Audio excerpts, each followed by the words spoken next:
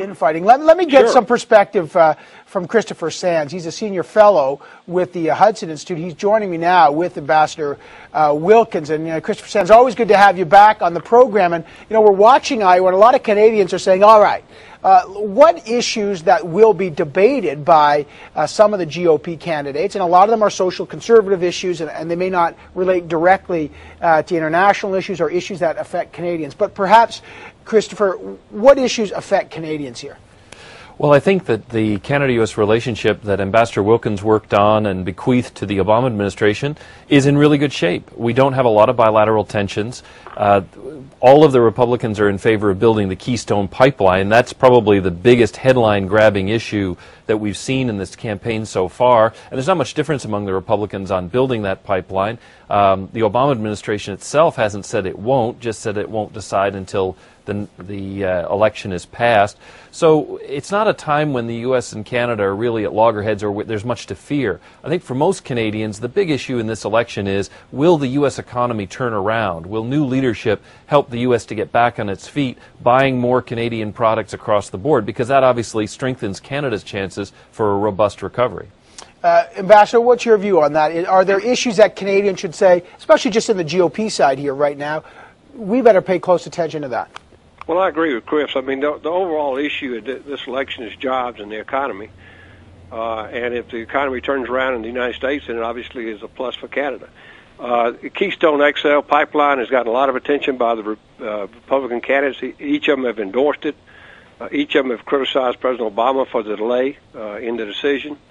Also, I think most of the candidates are against protectionism or for free trade and realize that Canadian energy plays a very vital and important role in North American energy security. So, in that sense, I think the Republican candidates offer a lot that the Canadians could be, I guess, thankful for if they ended up succeeding in this election. Let's talk about two other issues. First of all, domestic issues. Here in Canada, when we compare our systems, we do not talk about a lot of these social issues, abortion. These are litmus test issues here in this race here. You got Rick Santorum, he's talking about gay marriage, he's talking about abortion issues, right to life. Why are these so crucial if the number one issue is jobs and the economy, Christopher Sands? Why are these issues so dominating these debates?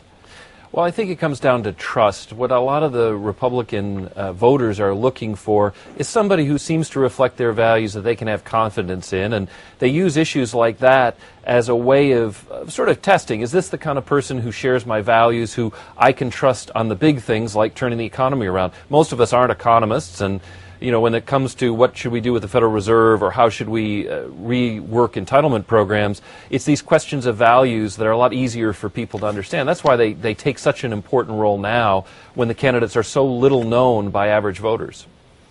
I also would add, I think in Iowa it plays with the strong evangelical base there, that it plays bigger there than it will play, say, even in conservative South Carolina or in New Hampshire.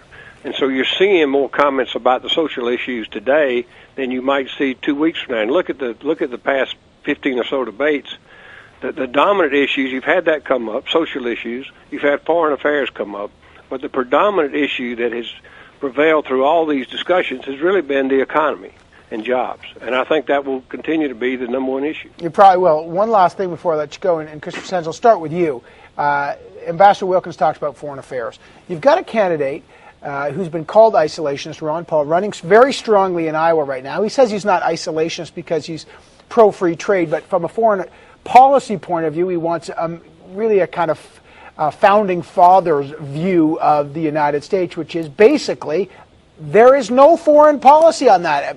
America would be a very isolated place out of most places, large cuts to defense. What kind of changing view of America is on the table here? Well, two things. Of course, if we do go back to the Founding Fathers, most of them wanted to invade Canada and take it over. So hopefully we're not going back to that.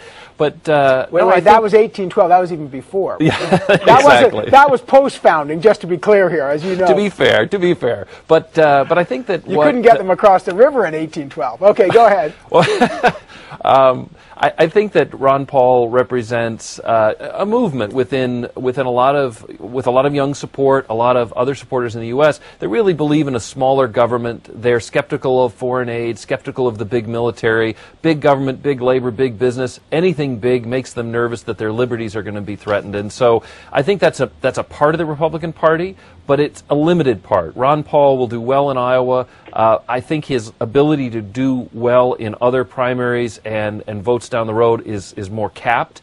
So I think it's an important voice, but I don't think Canadians should be worried. It's maybe part of the interesting aspect of American politics. For example, Ron Paul would agree with Pierre Trudeau that the government should not have a place in the nation's bedrooms. And so from that perspective, some Canadians might even like some of his points of view, but I don't think that he'll be the nominee.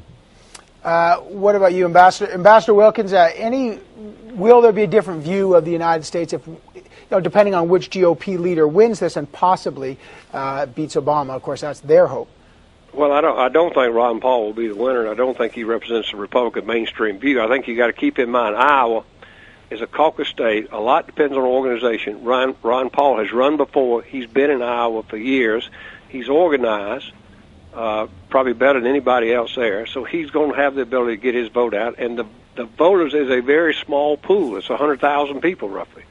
And so I think he will do well here in Iowa, but will not do well in the other states. And he might represent sort of the anti-establishment view, but certainly not the Republican mainstream view. Before I let you go, Ambassador Wilkins, who are you picking to take the GOP race who wins South Carolina, the bellwether state? Well, we'll have to see who wins South Carolina. I still think South Carolina will have a lot to do with it because it's a conservative state, but yet it's more across the board than say, a smaller state of Iowa voters there. And it's the first in the South, so it's a pretty good indication of how you're going to run in Florida coming up and other states. But right now it's wide open, and next 2 weeks, most of the candidates are heading this way, and we'll see a lot of them for the next couple of weeks. Well, who are you picking? You got a name? Picking to win it? Yeah. Well, some months ago I endorsed Governor Perry, but I think it's wide open. I don't dare pick one now.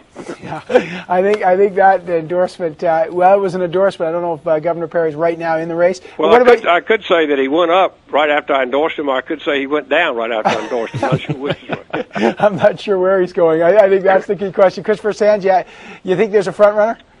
I think Romney's the front runner, but the big thing is for Canadians who watch Canadian Idol or Top Chef or any of these shows, this is the beginning. We're going to see this large cast of characters winnowed down to one or two candidates who really will go the distance. That's what this process is all about. We're starting to eliminate some of these people, vote them off the island, and I think it'll be a fascinating show to watch over the weeks to come. Yeah, I think John McCain came in fourth in Iowa 4 years ago.